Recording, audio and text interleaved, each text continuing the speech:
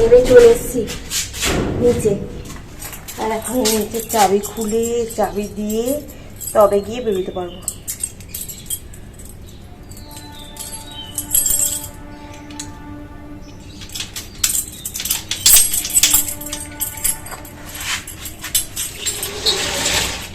তারপর চাবিটাকে এখানে লাগাতে। আর এই আমি হাঁটতে বেরিয়ে পড়লাম, তারা সবাই ফুল তুলছে সকালবেলা। হ্যান্ডেল বাড়িয়ে বাড়িয়ে তুলছে একটা করে গাছের এমনি ডান্ডা দিয়ে।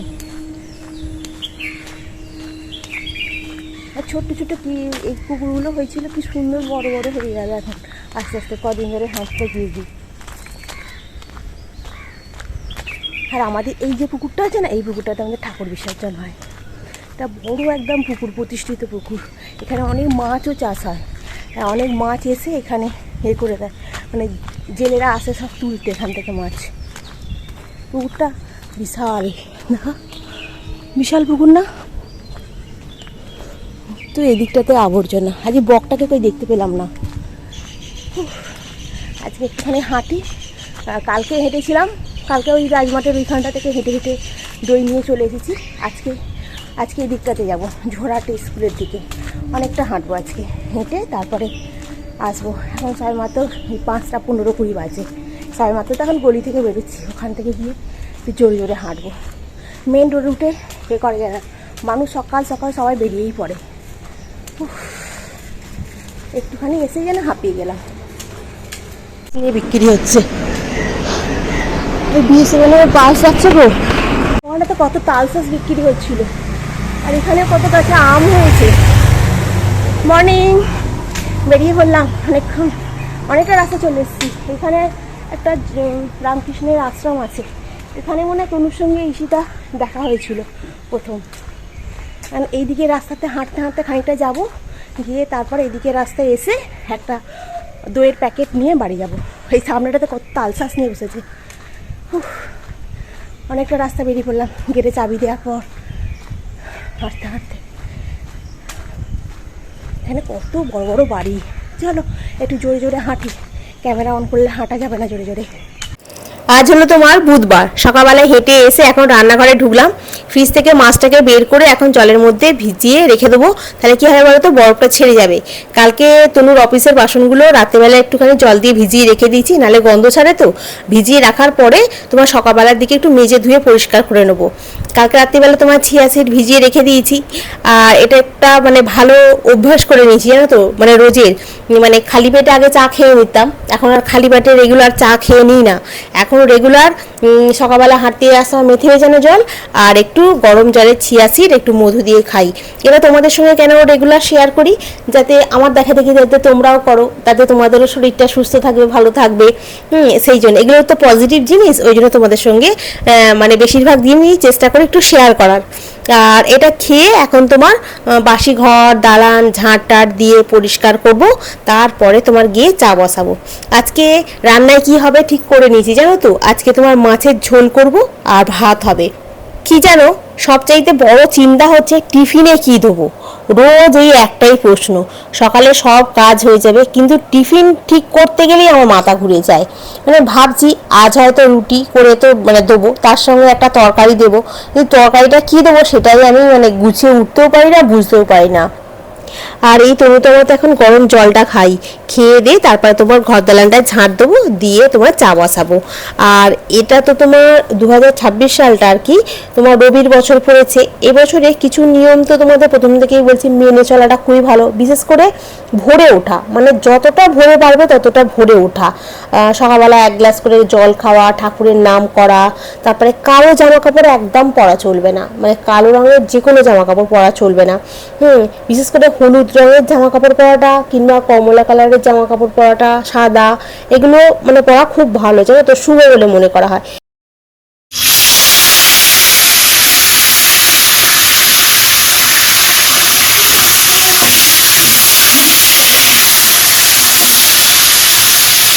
এক্ষুনি চান হ্যাঁ শুক্তো বানাবো কেন, ঝোল হবে মাছের, মাছের ঝোল করে শুক্তো বানিয়ে না, চল শুক্তো হবে না, আমি রোজ রোজ শুক্তো এটা দিয়ে না, এটা দিয়ে কি সুন্দর ঝোল হবে। মা বানিয়ে দে না মা, শুক্তোটা একটু বানিয়ে দে না প্লিজ মা। শোনা মা, ভালো মা।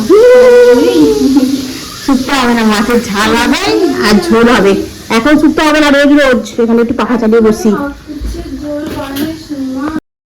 আর এই মাছের ঝোলটাকে বসিয়ে দিলাম, দিয়ে এখন বাসনগুলো মেজে নিচ্ছি। বাসন পড়েছে তো অনেকগুলো, তোমার চায়ের বাসন পড়েছে, গরম জল খেয়েছি সেই বাসন, তনুর টিফিনের বাসন, এইসব করতে করতে অনেকগুলো বাসন পড়ে গেছে। আর এই বাসনগুলোকে একটু মেজে ধুয়ে নিলে বেশ সুবিধা হবে। আবার তো তোমার রান্না হচ্ছে, আবার বাসন পড়বে।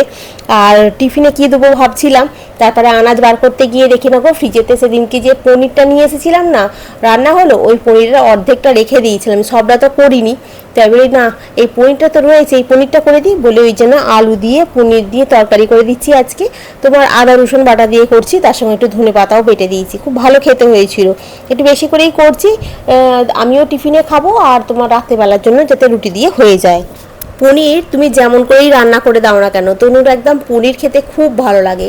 মানে আজকে তোমার আদা রসুন পেঁয়াজ টমেটো দিয়ে করছি, সঙ্গে একটু ধনে পাতাও বাটা দিয়েছি, খেতে ভালো হয়েছিল। আর তোমার ফ্রিজেতে ছিল না, আটা মাখা ছিল না, এখন ওই জন্য আটা মেখে রুটি করব। আমার নিজের জন্যও আজকে দুটো রুটি করব। আর রুটি ওই পনিরের তরকারি দিয়ে আমি খাবো, কিছুটা পনিরের তরকারি তোমার রাতের জন্যও রেখে দেবো, অনেকটাই তো হয়েছে। আমি এখন রেগুলারই প্রায় তোমার ওই 4:30-র মধ্যে উঠে পড়ার চেষ্টা করি। কি বলতো, প্রথম প্রথম একটুখানি মানে কষ্টকর লাগে, কিন্তু তারপরে সত্যি বলছি মানে একবার অভ্যেস হয়ে গেলে না খুব ভালো লাগবে, জানো তো, মনের ভেতর থেকে একটা আলাদা শান্তি কাজ করবে।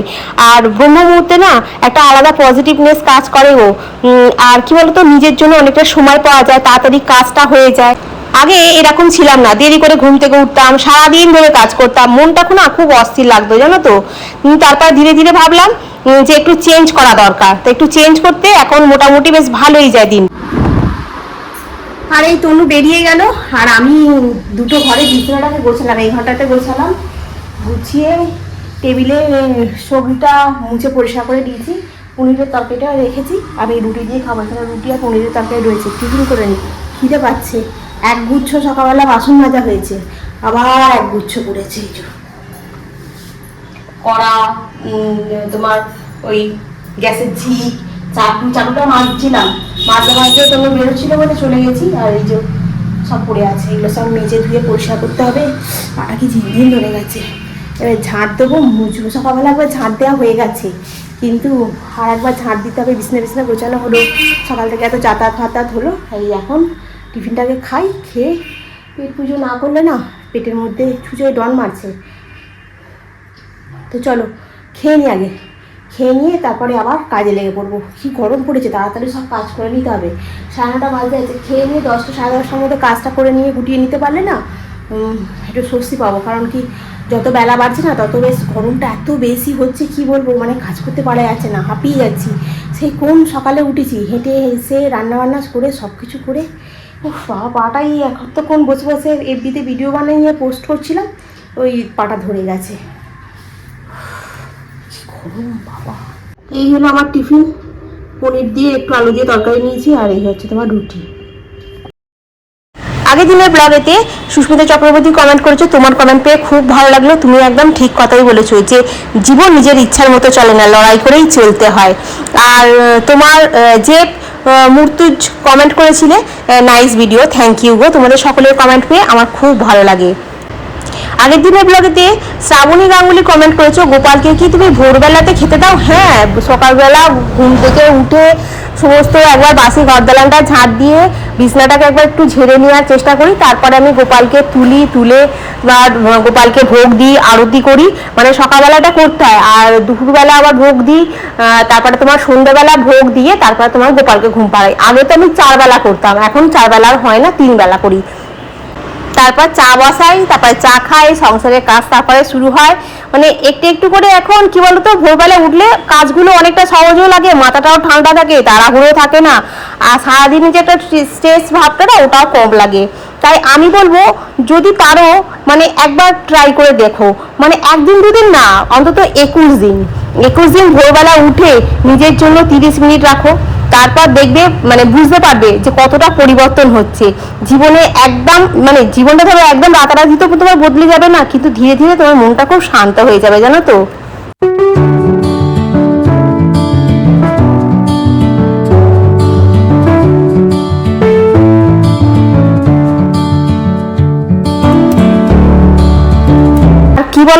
এই ঘর দালানগুলো না মানে পরিষ্কার করে ঝাড়টা দিয়ে নি সকালবেলা একবার, কিন্তু এই বেলার দিকে একটু সময় পাই আর হাতে, এখন তো বেশি বাজে নেই, তো আমি বলি এক কাজ করি বরঞ্চ ফার্নিচারগুলোকে একটু মুছে ফেলি। কি বলতো, রাস্তার দিকে ঘর তো, জানলা ফাল্লা একটু খুলে রাখলে ফার্নিচারে দুদিন ছাড়া ছাড়া নোংরা জমে যায়, মানে এমনই ধুলো জমবে সে তুমি আঙুল দিয়ে লিখতে পারবে, এইরকম ভাবে ধুলোটা পড়ে যায়। 2-3 দিন ছাড়া যদি তুমি না মোছো ব্যাস একদম স্তর পড়ে যাবে।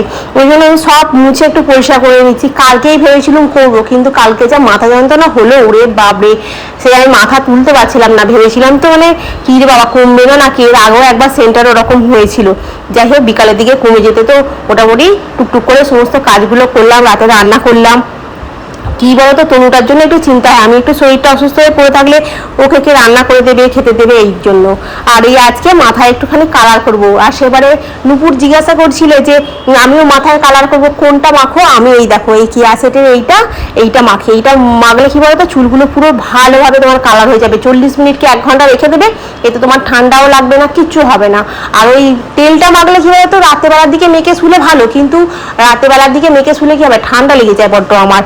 আর এই একটা করে পাউচ দিই, এটার মধ্যে 4টে করে পাউচ থাকে জানো তো, একটা করে পাউচ কাটি।